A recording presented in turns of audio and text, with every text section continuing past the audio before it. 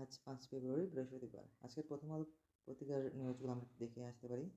যেহেতু সামনে নির্বাচন, তো পেপার পত্রিকায় সবসময় এখন নির্বাচন নিয়েই সব নিউজ চলছে। এর মধ্যে আমরা গুরুত্বপূর্ণ কিছু দেখার চেষ্টা করি, বোঝার চেষ্টা করি। আচ্ছা, এখানে একটা নিউজ পেয়েছি আমরা যে চট্টগ্রাম বন্দরের কর্মবিরতি, যে 8,000 কোটি টাকার রপ্তানি পণ্য আটকা। চট্টগ্রাম বন্দরে স্বাভাবিক সময়ে প্রতিদিন 2 থেকে 2,500 কন্টেনার পণ্য রপ্তানি হয়। সো চট্টগ্রাম বন্দরে এই কর্মবিরতির কারণ আমরা দেখে আসতে পারি।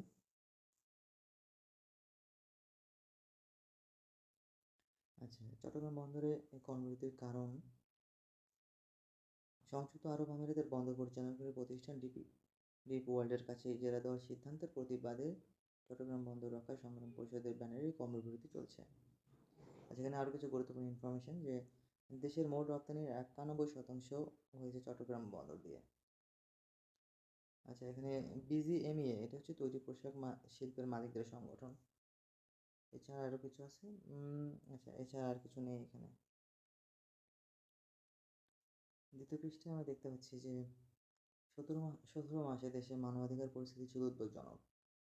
এটি HRSS এর প্রতিবেদন। যে হিউম্যান রাইটস সাপোর্ট সোসাইটি কি বলছে, সংস্থাটি বলছে যে এই সময়ে রাজনৈতিক সহিংসতা, মব ভায়োলেন্স, সাংবাদিক নির্যাতন, মত প্রকাশের স্বাধীনতার হস্তক্ষেপ, সীমান্ত হত্যা, আইন শৃঙ্খলা পরিস্থিতির অবনতি সহ নানামুখী মানবাধিকার লঙ্ঘনের ঘটনা ঘটেছে।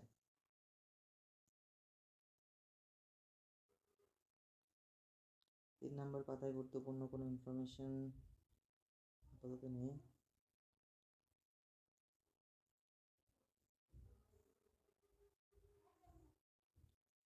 ওকে, চতুর্থ কথা, অভিমত বিশ্লেষণ, রাজনীতিবিদদের মুখে এআই নিয়ে কথা শুনতে চাই। আমেরিকা ইউরোপে রোগের চিকিৎসা ইতিহাস সংরক্ষণ বাধ্যতামূলক। আগে রোগীর সামনে কথা রেকর্ড করা হতো এবং পরে নোট তৈরি করা হতো। স্বাস্থ্য খাতে যে কোনো প্রযুক্তি শুধু কার্যকর হলেই যথেষ্ট নয়, সেটি নিরাপদ ও নির্ভরযোগ্য কিনা তা প্রমাণিত হতে হবে। তবে চাইলে এটি দেখে আসতে পারেন।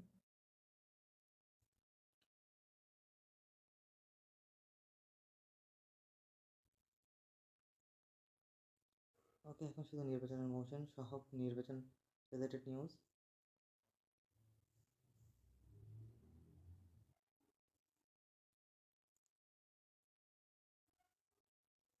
ওকে, আমাদের নির্বাচনে একটি সেগমেন্টটি তৈরি করেছে প্রথম আলো।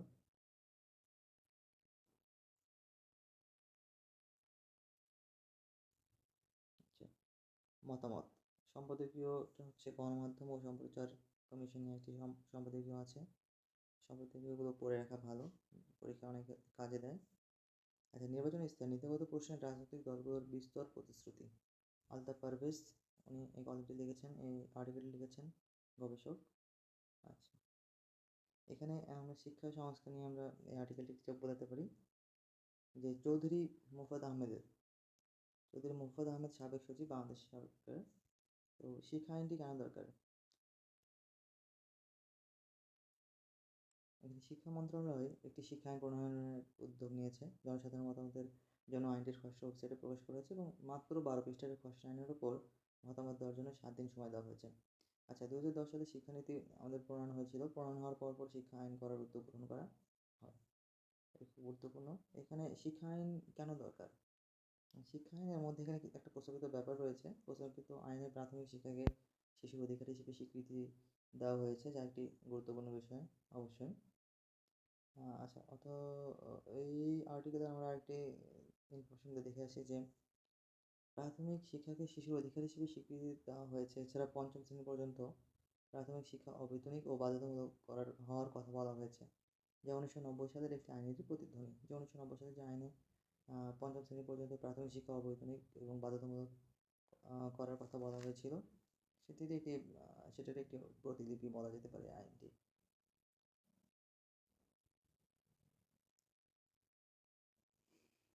এখন বর্তমান সরকার এই আইনটি কী হিসেবে পাশ করতে পারে? একটি অধ্যাদেশ হিসেবে পাশ করবে? হ্যাঁ, পাশ করতে পারে। অধ্যাদেশ কোনো আন্তর্জাতিক চুক্তি নয় যে এক সরকার স্বাক্ষর করলে পরবর্তী সরকারের জন্য তা পালনযোগ্য হবে। এবং সংবিধানের 93(2) ধারা অনুযায়ী নির্বাচনের পর নতুন সংসদ গঠিত হওয়ার 30 দিনের মধ্যে অধ্যাদেশটি আইন হিসেবে পাশ হতে হবে, অন্যথায় এর কার্যকারিতা লোপ পাবে। সো এখানে আমাদের একটু অধ্যাদেশ এবং আইনের মধ্যে পার্থক্য জেনে আসা দরকার।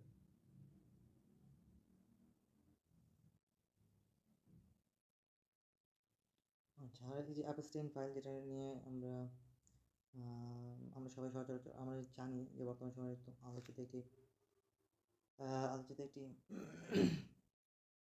নথি বা আলোচিত একটি ঘটনা হচ্ছে জেফরি অ্যাপস্টেইনের প্রকাশিত যে খুব হাই প্রোফাইল ইনফরমেশন লিকেজ। এটি পড়ে আসা যায় যে অভিজাতদের ক্ষমতা চরিত্রের নগ্ন চেহারা দেখছে বিশ্ব। এটির নাম হয়েছে দ্য ইন্ডিয়ান এক্সপ্রেসের কন্ট্রিবিউটিং এডিটর প্রতাপ ভানু মেহতার আর্টিকেল থেকে। পড়াশোনা পাতায় গুরুত্বপূর্ণ কিছু এমসিকিউ দেওয়া আছে, চোখ বোলানো যেতে পারে। এখানে ভূগোল থেকে কিছু প্রশ্ন করা হয়েছে, আর এখানে বিজ্ঞান থেকে। আচ্ছা, আমরা পরের পাতায় যাই। অর্থ বাণিজ্যতে বিলিয়ন ডলার ক্লাবের দেশি বিদেশি 8টি শিল্প গ্রুপের কথা বলা হয়েছে। এখন বিলিয়ন ডলার ক্লাবে জায়গা নেওয়া যে 8টি শিল্প গ্রুপ কী? একটা হচ্ছে মেঘনা গ্রুপ অফ ইন্ডাস্ট্রিজ, প্রাণ আরএফএল, আবু খায়ের গ্রুপ, সিটি গ্রুপ, টিকে group, square group, BSRM group, এবং একটি বিদেশি কোম্পানি রয়েছে দক্ষিণ কোরিয়ার ইয়াং ওয়ান কর্পোরেশন। দক্ষিণ কোরিয়া ইয়াং ওয়ান কর্পোরেশনের চেয়ারম্যান হচ্ছে কিহাক সাং। তিনি কি বলেছেন? তিনি বলছেন, বাংলাদেশ থেকে পণ্য রপ্তানির ক্ষেত্রে যদি লিড টাইম 2 থেকে 3 সপ্তাহ কমানো যায়, তাহলে রপ্তানি প্রবৃদ্ধি আরও বাড়বে। এর জন্য অবকাঠামো খাতের উন্নয়ন দরকার। প্রাণ আরএফএলের চেয়ারম্যান আহসান খান চৌধুরী বলেছেন, আমরা যেসব খাতে ব্যবসা করি সেখানে ব্যাপক সম্ভাবনা রয়েছে। এসব খাতে আরও বিনিয়োগ নিশ্চিত করতে পারলে রপ্তানিতে আরও ভালো করতে পারব। মেঘনা গ্রুপের চেয়ারম্যান মোস্তাফা কামাল বলেছেন, নতুন নতুন কারখানা গড়ে তোলার কারণে কাঁচামাল আমদানিও বেড়েছে। এই কারণে মেঘনা গ্রুপ অফ ইন্ডাস্ট্রিজের আমদানি রপ্তানিতে লেনদেন বেড়েছে। এই বিদেশি প্রতিষ্ঠান ইয়াং ওয়ান বিলিয়ন ডলারে, এটা আমরা দেখে আসি। উৎপাদনমুখী খাতে বিলিয়ন ডলার আমদানি রপ্তানির গ্রুপে জায়গা করে নেওয়া একমাত্র বিদেশি শিল্প গ্রুপ হচ্ছে এই ইয়াং ওয়ান কর্পোরেশন। দক্ষিণ কোরিয়ার ব্যবসায়ী কিহাক সাংয়ের মালিকানাধীন এই প্রতিষ্ঠান শতভাগ রপ্তানি নির্ভর পণ্য উৎপাদন করে। আচ্ছা, এখানে বিশ্লেষকদের কিছু মতামত রয়েছে। গবেষণা সংস্থা সেন্টার ফর পলিসি ডায়ালগের সম্মাননীয় ফেলো মোস্তাফিজুর রহমান প্রথমত বলেন যে শিল্পায়নের বড় ভিত্তি হলো অভ্যন্তরীণ চাহিদা। বিপুল জনসংখ্যার এই দেশে ভোক্তার চাহিদার উপর নির্ভর করে আমদানি প্রতিস্থাপক কারখানা গড়ে তুলেছেন উদ্যোক্তারা, যাদের লেনদেন বিলিয়ন ডলার ছাড়িয়েছে। দেশীয় চাহিদা পূরণের মাধ্যমে তারা প্রতিযোগিতা সক্ষমতা অর্জন করেছেন, ধীরে ধীরে আন্তর্জাতিক বাজারে যাচ্ছেন।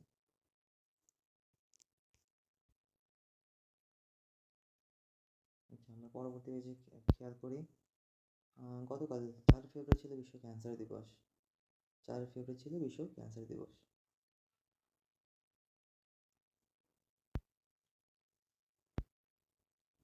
আচ্ছা, এই ক্যান্সার দিবসের প্রতিপাদ্য নির্ধারিত হয়েছে ইউনাইটেড বাই ইউনিক, অর্থাৎ ক্যান্সারে আক্রান্ত প্রত্যেক মানুষের গল্প আলাদা, তাদের প্রয়োজন ভিন্ন, আর সেই ভিন্নতাকে সম্মান জানিয়ে আমাদেরকে ঐক্যবদ্ধ হতে হবে বা ঐক্যবদ্ধ লক্ষ্যে পৌঁছতে হবে।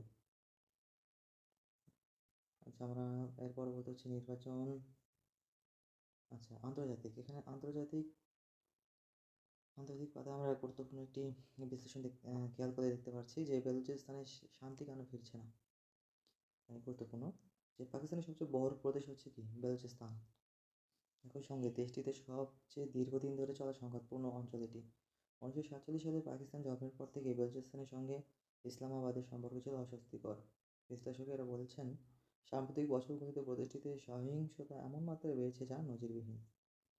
তো বেলুচ লিবারেশন আর্মি তারা কি চাচ্ছে? বেলুচিস্তানের স্বাধীনতা চাচ্ছে। এবং পাকিস্তানের সঙ্গে অন্তর্ভুক্ত বিদ্রোহ, এখানে একটি ব্যাকগ্রাউন্ড দেওয়া আছে, চাইলে পড়ে নিতে পারেন। আচ্ছা, আমরা বর্তমান বিক্ষোভের কারণটা একটু দেখে আসি। যে এর কিছু সময় বেলুচিস্তান শান্ত থাকলেও ক্ষোভ জমতে থাকে। সমালোচকরা বলেন, বেলুচিস্তানের গ্যাস সহ প্রাকৃতিক সম্পদ উত্তোলন করা হলেও স্থানীয় লোকজনকে বঞ্চিত করা হয়। একবিংশ শতকের শুরুতে বেশ কয়েকটি ঘটনা পরিস্থিতিকে আরও বিস্ফোরণের দিকে ঠেলে দেয়। এর মধ্যে অন্যতম ছিল 2005 সালের সাজিয়া খালিদ নামের এক নারী চিকিৎসককে ধর্ষণের অভিযোগ। ওই ঘটনার প্রতিবাদে ব্যাপক বিক্ষোভ হয়। আসল বিস্ফোরণ ঘটে 2006 সালের আগস্টে। তখন সাবেক মুখ্যমন্ত্রী নওয়াব আকবর বুগতি সামরিক অভিযানে নিহত হন। অনেক বালুচের মধ্যে তখন এই বিশ্বাস জন্মায় যে স্বাধীনতা একমাত্র পথ। এবং সমাধানের পথ কি এখানে? পাকিস্তানের ভূখণ্ডের 44% হচ্ছে কি বালুচিস্তান। ইরান ও আফগানিস্তানের সঙ্গে এর সীমানা রয়েছে। সিঙ্গাপুরের S Rajaratnam school of international স্টাডিজের গবেষক আব্দুল বাসিদ বলেন, বড় চ্যালেঞ্জ হলো এখানকার ভূগোল। সেখানে নিরাপত্তা বাহিনী মোতায়েন করে কি সহিংসতা পুরোপুরি নির্মূল করা সম্ভব, বিশেষ করে যখন রাষ্ট্র স্থানীয় মূল সমস্যাগুলোর সমাধান অস্বীকার করছে। তো পাকিস্তানকে অবশ্যই কি সামরিক শক্তিতে অগ্রাধিকার দেওয়ার নীতি থেকে সরে আসতে হবে। তো বিশেষজ্ঞরা কি মনে করেন যে সামরিক শক্তিকে অগ্রাধিকার দেওয়ার যে নীতি পাকিস্তান গ্রহণ করেছে সেখান থেকে সরে আসতে হবে। এই বিদ্রোহ তখন শান্তি প্রতিষ্ঠার চেয়ে পাকিস্তান সরকারের ভূমিকা বেশি কাজ করছে। অর্থাৎ পাকিস্তান সরকার এই বিদ্রোহ দমনে গুরুত্বপূর্ণ পদক্ষেপ নিতে ব্যর্থ হচ্ছেন বারবার। পরবর্তী পেজ খেয়াল করি। বিনোদন পাতায় কিছু নেই। খেলাধুলা পাতায় একটা ইনফরমেশন রয়েছে। খেলাধুলা পাতায় এখানে খেয়াল রাখি যে সাফ অনূর্ধ্ব-19 নারী ফুটবল আবার কিন্তু বাংলাদেশ আর ভারত মুখোমুখি ফাইনালে। 2021 সালের আসরে ভারতকে হারিয়ে চ্যাম্পিয়ন হয়েছিল কিন্তু বাংলাদেশ। তো এবারে দেখা যাক এবারও বাংলাদেশ সেই কাঙ্ক্ষিত লক্ষ্য বা জয়ে পৌঁছতে পারে কিনা।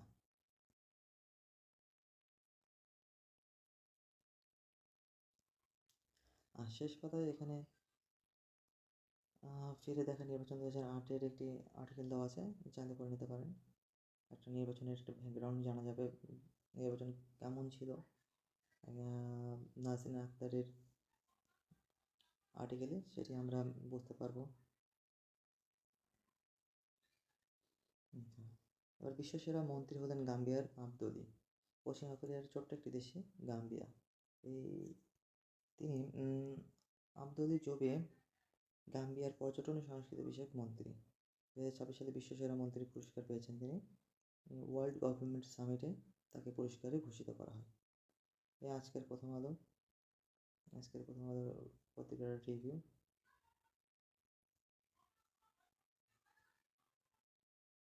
পুরো পত্রিকা পুরোটাই নির্বাচন দিয়ে ভরা। আমাদের পরীক্ষার প্রয়োজনীয় বা আমাদের জানার জন্য আমরা ইম্পর্টেন্ট আর্টিকেলগুলো পড়ে দেখতে পারি। ধন্যবাদ।